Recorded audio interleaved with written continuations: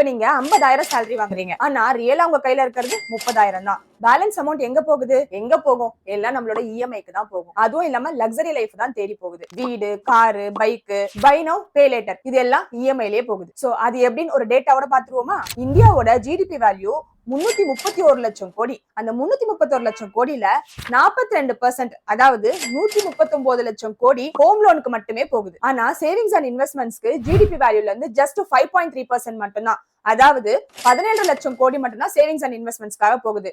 இது 47 வருஷத்தை விட ரொம்பவே கம்மி. இதுல இருந்து நம்ம இந்தியா வளர்ச்சியை நோக்கி போகல, கடனை நோக்கி தான் போகுதுன்றது நல்லாவே தெரியுது. ஒரு டேட்டா என்ன சொல்லுது அப்படின்னா, ஆவரேஜா ஒரு பர்சன் மந்த்லி சேலரில இருந்து 45% கிட்ட இஎம்ஐக்கே ஸ்பெண்ட் பண்றாங்க. பட் நம்ம பினான்சியல் எக்ஸ்பர்ட்ஸ் என்ன சொல்றாங்க அப்படின்னா, நெட் இன்கம்ல இருந்து 40%க்கு மேல இஎம்ஐக்கு போகக்கூடாது.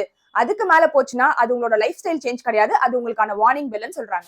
சோ நாங்க என்ன சொல்றோம் அப்படின்னா, உங்க சேலரில இருந்து 40% சேவிங்ஸ் அண்ட் இன்வெஸ்ட்மெண்ட்ஸ்க்காக ஸ்பெண்ட் பண்ணிட்டு பேலன்ஸ் இருக்க 60% பேசிக் நீட்ஸ் அண்ட் இஎம்ஐக்காக ஸ்பெண்ட் பண்ணுங்க. சோ நீங்களும் இந்த மாதிரி டெப்ட்ல மாட்டிக்காம இருக்க, ஆல்ரெடி நான் டெப்ட்ல மாட்டிக்கிட்டு அதுல இருந்து எப்படி மீண்டு வரணும்னு தெரியாம இருக்கீங்க அப்படின்னா, கமெண்ட்ல டெப்ட்னு டைப் பண்ணுங்க. உங்களுக்கான சொல்யூஷன் நாங்க ப்ரொவைட் பண்றோம்.